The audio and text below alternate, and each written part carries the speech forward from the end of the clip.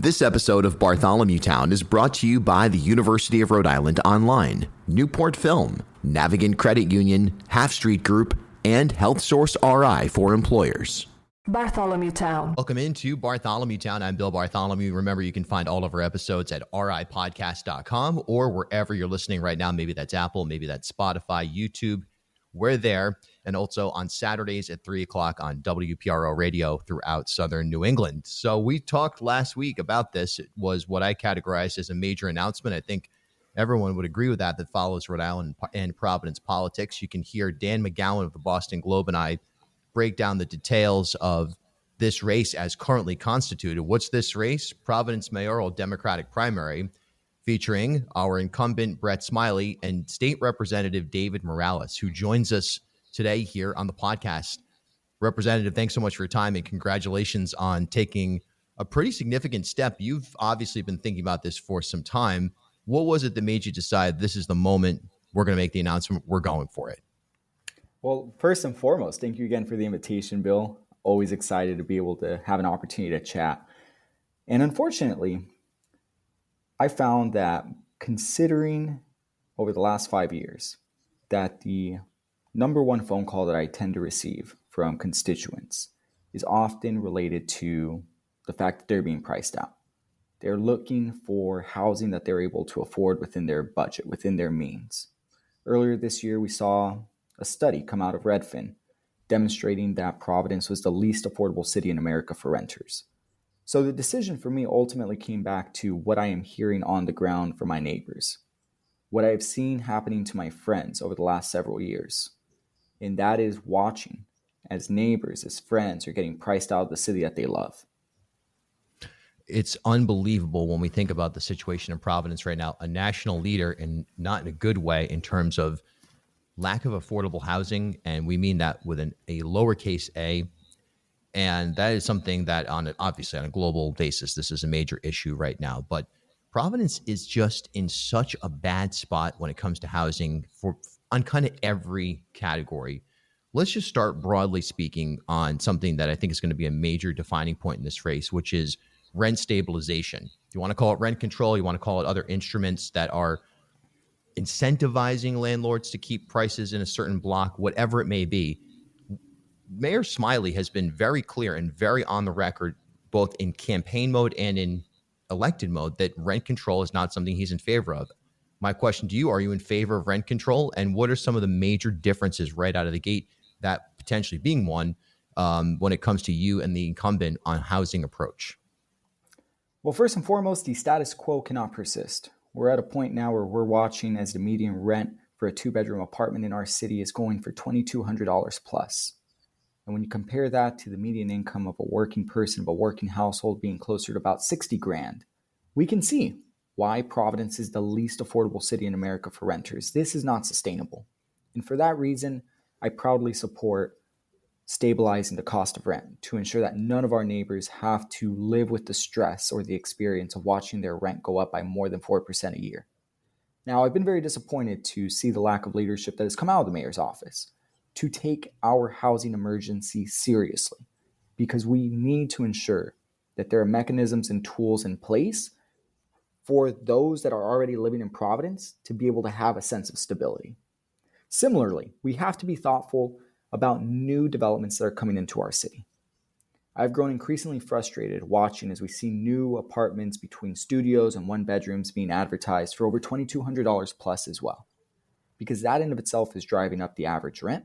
But it also demonstrates to us that the new housing that's being developed is not being developed for the working people in our city.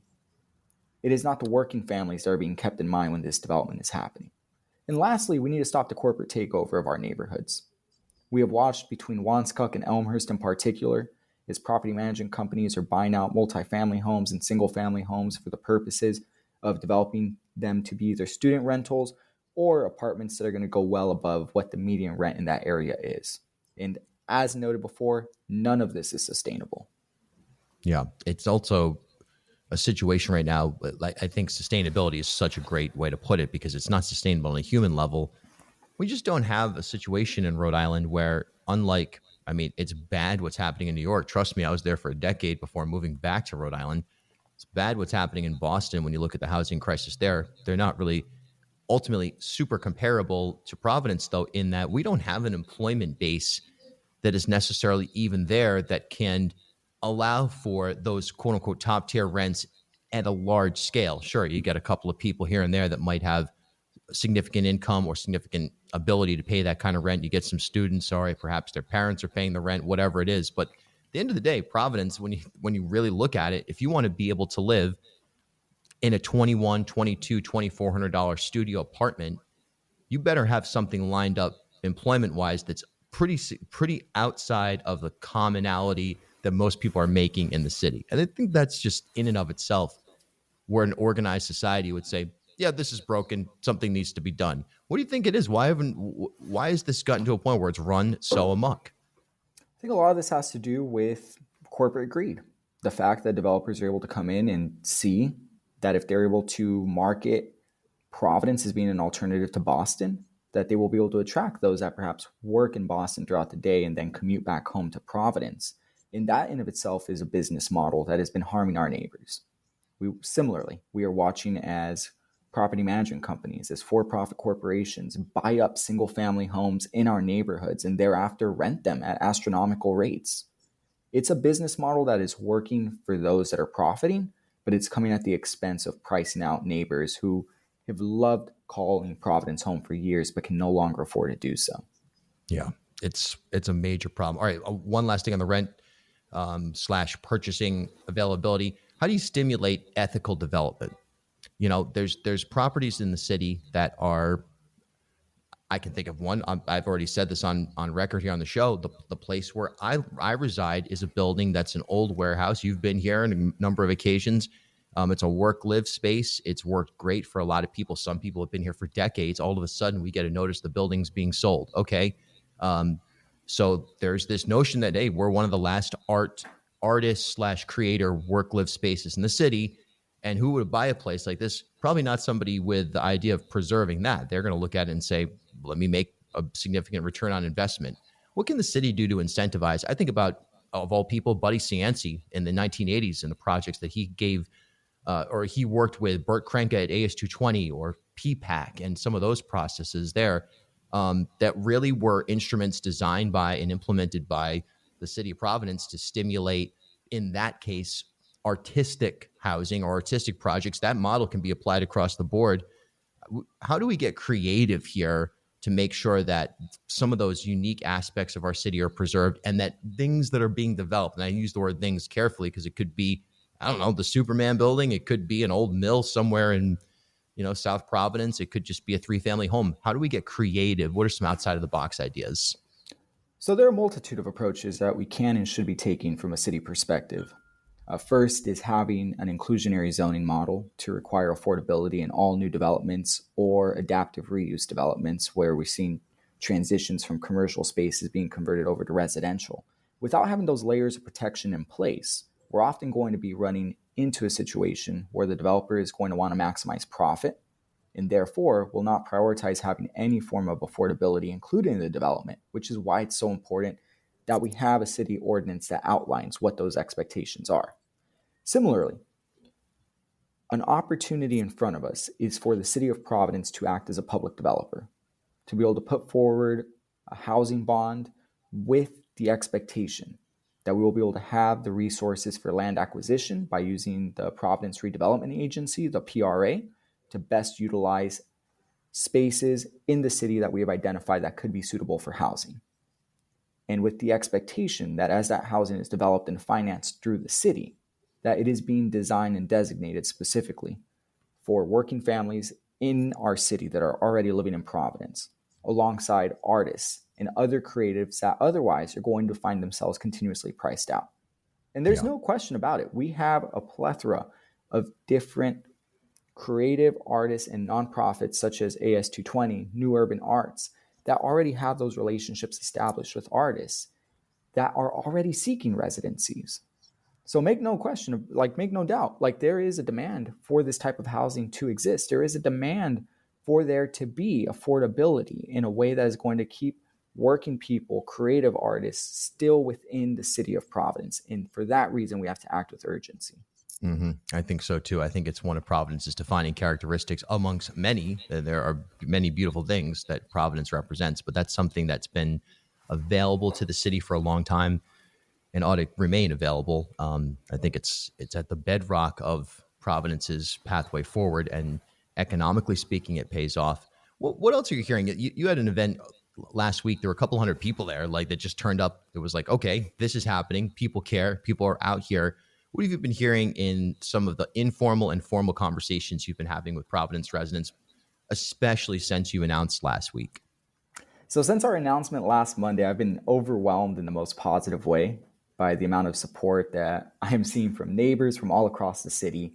That kicking off with our campaign launch, which was on Tuesday. It took the form of a birthday fundraiser, but to also celebrate the start of our campaign. This past Saturday, we were at Dexter Park, and with over 50 volunteers, we knocked on 1,000 plus doors.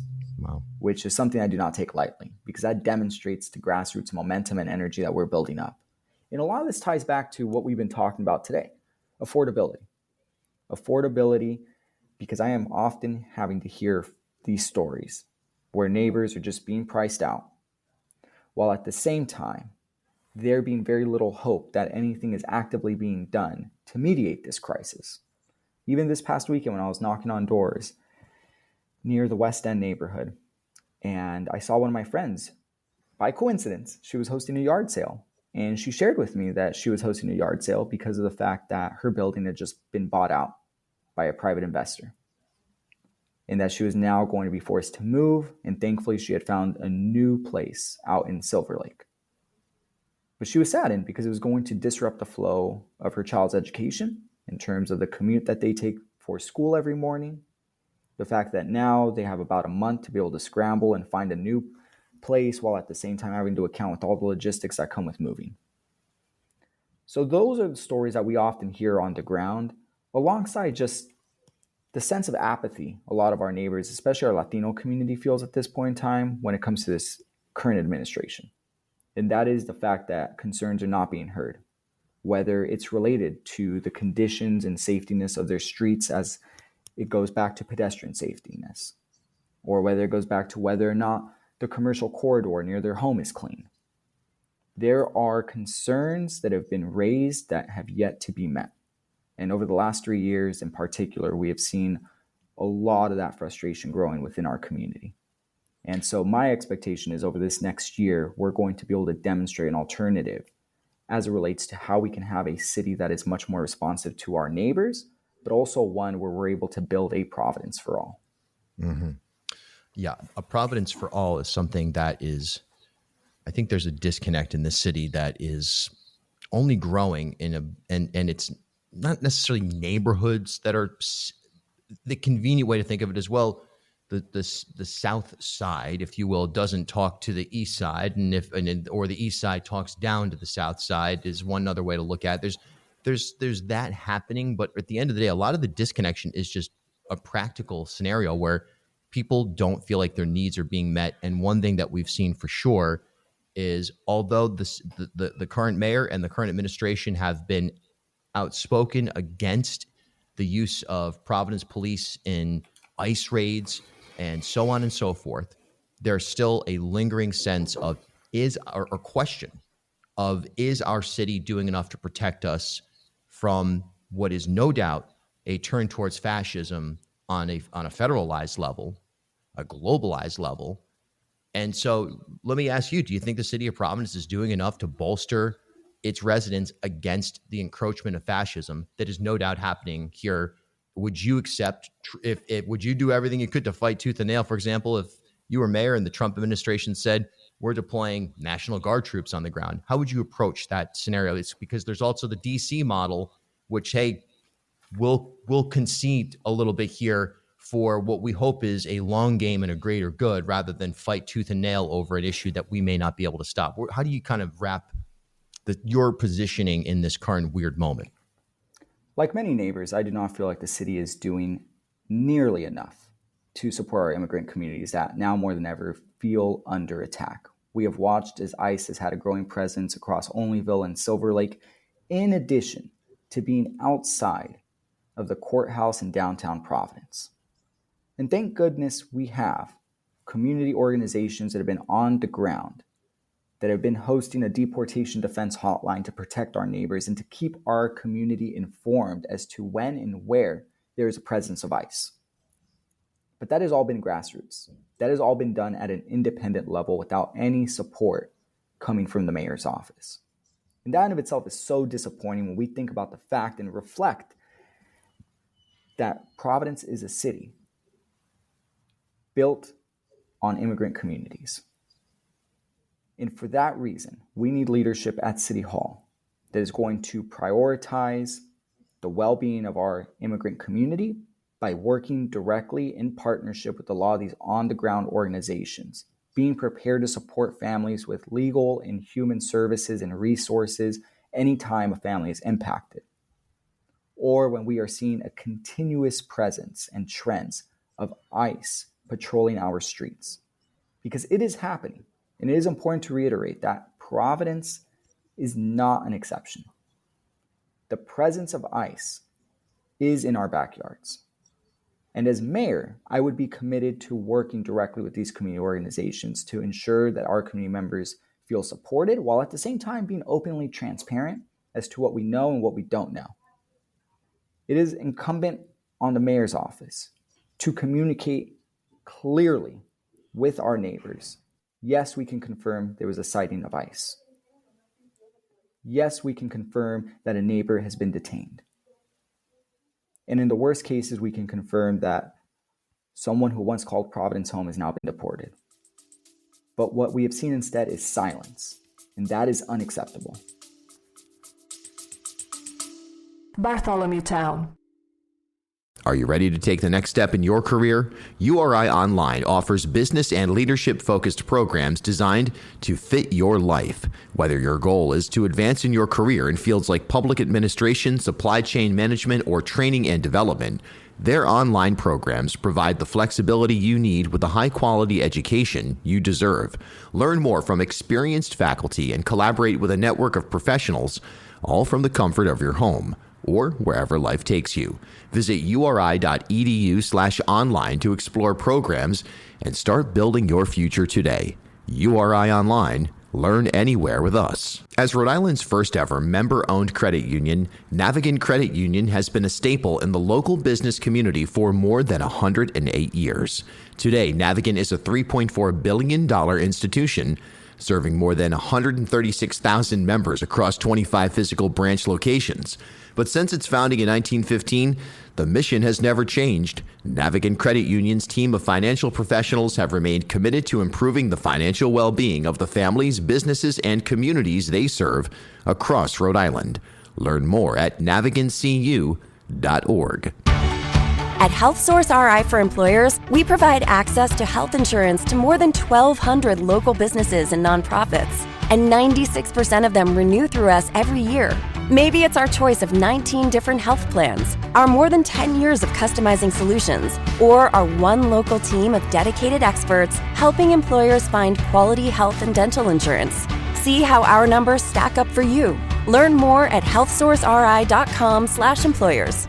We're brought to you in part by Newport Film. Make sure you check out their indoor film screening series by visiting newportfilm.com. Half Street Group brings a new generation's perspective to leadership communications, strategic public relations, and digital marketing. Half Street helps organizations and leaders take control of their own stories and manage their reputations.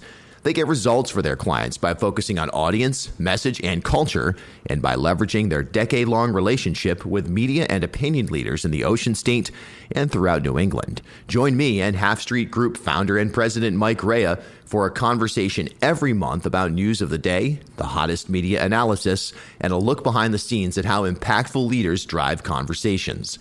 Learn more at halfstreetgroup.com. What do you look at right now as a possible resolution on a temporary and a long-term basis to the unhoused crisis? I mean, there's just not enough beds. There's not enough that we can do. I mean, I know you do as well, certainly professionally, and I certainly do as well. Speak with the advocates and organizations and organizers that fight the unhoused crisis every single day. And the bottom line is that the consistent theme is there's just not enough being done. We've seen some steps with the pallet shelters. We've seen some, what I called a DIY show house punk style unhoused shelter that took place brilliantly last year at Providence City Hall with Sanchez and Royas. What they did, that was amazing. What do you do as mayor to stimulate more ideas like that, to say we're not going to let people freeze, period, even if it goes against the grain of convention? It starts with having a conversation directly with advocates on the ground that have been doing this work and have been seeking resources like Better Lives Rhode Island, Mathewson Street Church, Amos House.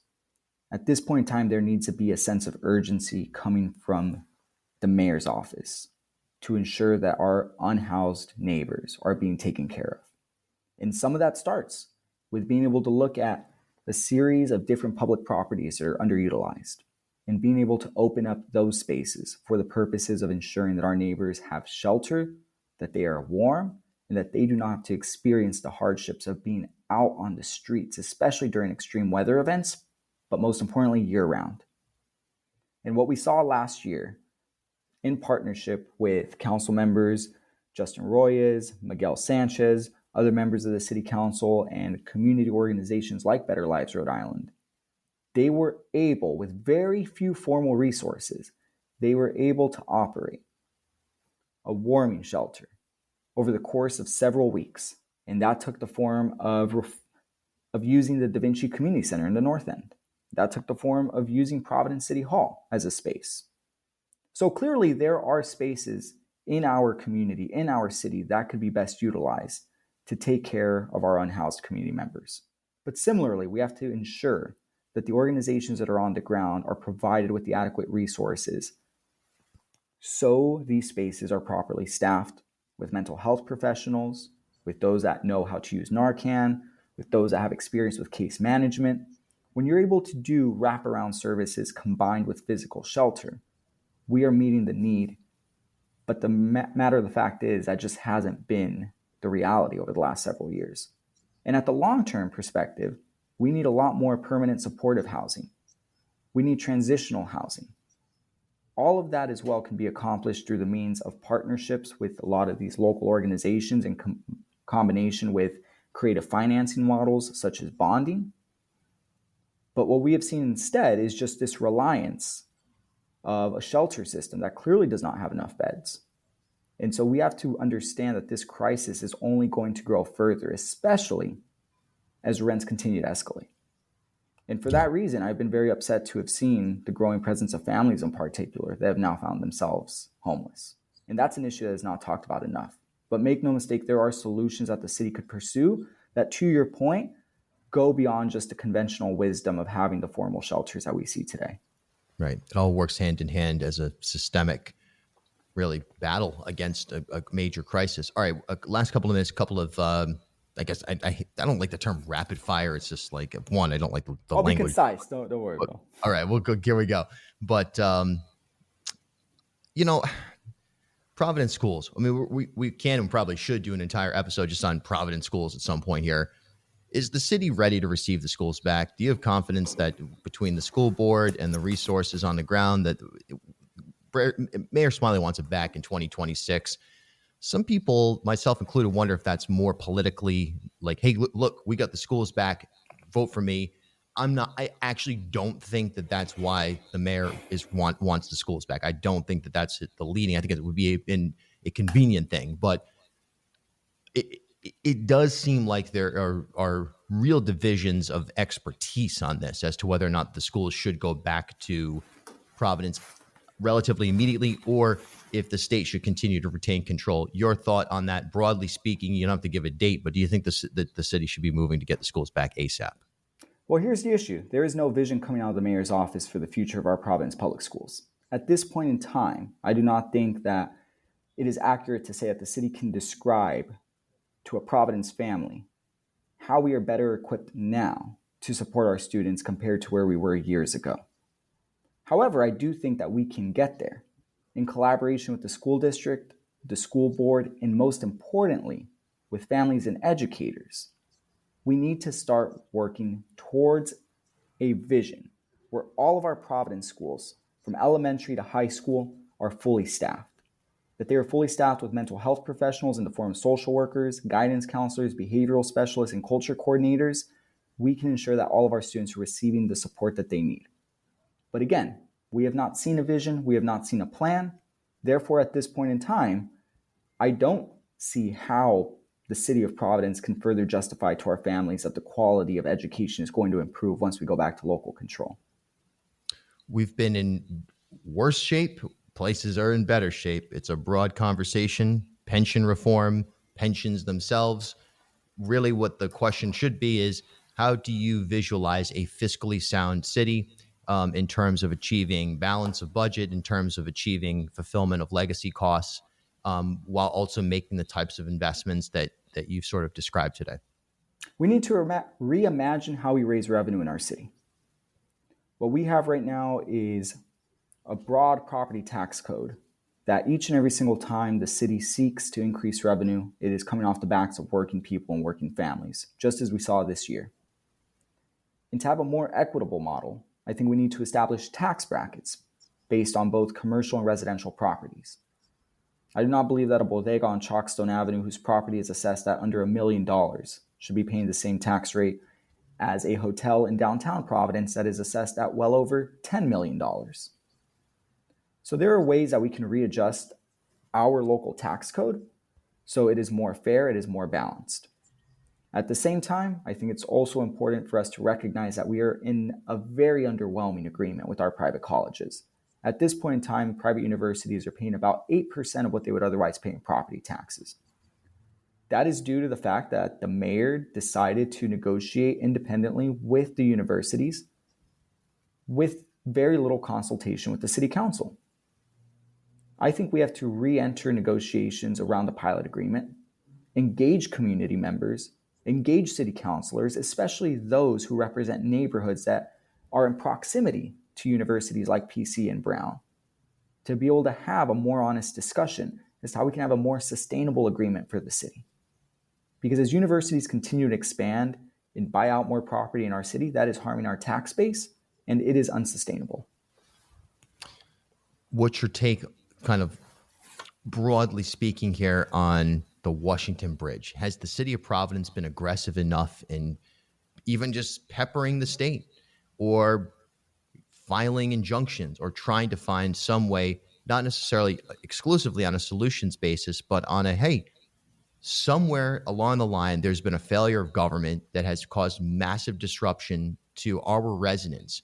Do you think the city's been vocal about it enough, or has it been a little bit too mindful of the fact that some of the major figures involved in this are also major political players? You take a look at Peter Alviti. Here's a guy who in no way, shape, or form should be the director of the Department of Transportation, if not for a political machine that has kept him in place. Do you think the city should be doing more to advocate for even that type of, hey, we need somebody to resign here so at least our residents feel like somebody's taking accountability? Or is it better for the city to sort of stay at the mezzanine level and let it play out and swoop in when there's very specific problems with traffic management or distribution of grant dollars, for example? So the city has been very lenient as it relates to the response of the Washington Bridge, without question. And I think it is incumbent on the leadership out of City Hall to demand more from the state as it relates to reimbursements for public safety officials that have had to take on the management of traffic control, while at the same time being able to recognize that this could have been a moment in time for us to further bolster and support some of our small businesses by being a lot more thoughtful on the ways that we were able to draw business into Wayland Square, for example. I think those were some missed opportunities. I'm disappointed as well that the Washington Bridge has caused an opportunity for the administration to now say that we need to remove a bike lane over on South Water Street and using the bridge as a means of justification to do it.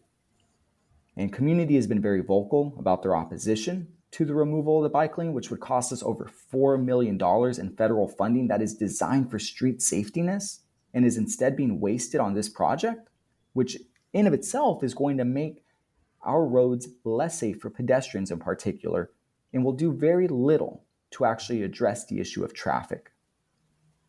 Yeah, it's unbelievable. The bike lane thing is just I mean, look, we took a look at this thing on a practical basis when it was first happening. Is it true that some traffic got backed up on South Water Street in a way that would, make some people uncomfortable during the Washington Bridge crisis? Yeah, it's true. Is the bike lane being removed and a second lane being installed going to do anything about it? No, it's not. This is a political move, and everybody knows it. And everybody knows that this is coming from a donor in one particular restaurateur, if you will, and a group of them that are saying, we want what we want because we think we run this city. That brings me to a final question in terms of the grassroots movement you have. How do you separate yourself from the current administration in terms of what you owe the people that are giving you money? This is almost like a teed up front and a youth T-ball game type question, but how do you separate yourself and who's funding the operation? I'm running for mayor to deliver a Providence for all, and that is going to be fueled by grassroots momentum and energy coming from neighbors all across the city, between the west end to the east side, going back to the south side. We're going to build a movement of working people who recognize that it is too expensive to continue living in Providence, and that we need leadership that's going to address the affordability crisis by prioritizing the needs of working people and families, not those of for-profit developers. And for that reason, I'm going to be advocating for the next 12 months to stabilize the cost of rent, making sure that our immigrant community feels protected, having a plan to safely and fully staff our schools, and having a more fair tax system that does not penalize working people in our city, but balances a balance of equity in order to make sure we're able to make the investments necessary in our city so the working people in our community can continue calling Providence home. David Morales, state representative. You might know him from the indie wrestling scene. You might know him from improv comedy. No matter what, he is out there and he's running for mayor, and he has definitely got the momentum right now. And it's going to be a real interesting race and something we'll be watching extremely closely here on the podcast. Thanks for your time today, Rep. No, likewise. Well, thank you again, my friend. At HealthSource RI for Employers, we provide access to health insurance to more than 1,200 local businesses and nonprofits, and 96% of them renew through us every year. Maybe it's our choice of 19 different health plans, our more than 10 years of customizing solutions, or our one local team of dedicated experts helping employers find quality health and dental insurance. See how our numbers stack up for you. Learn more at healthsourceri.com/employers.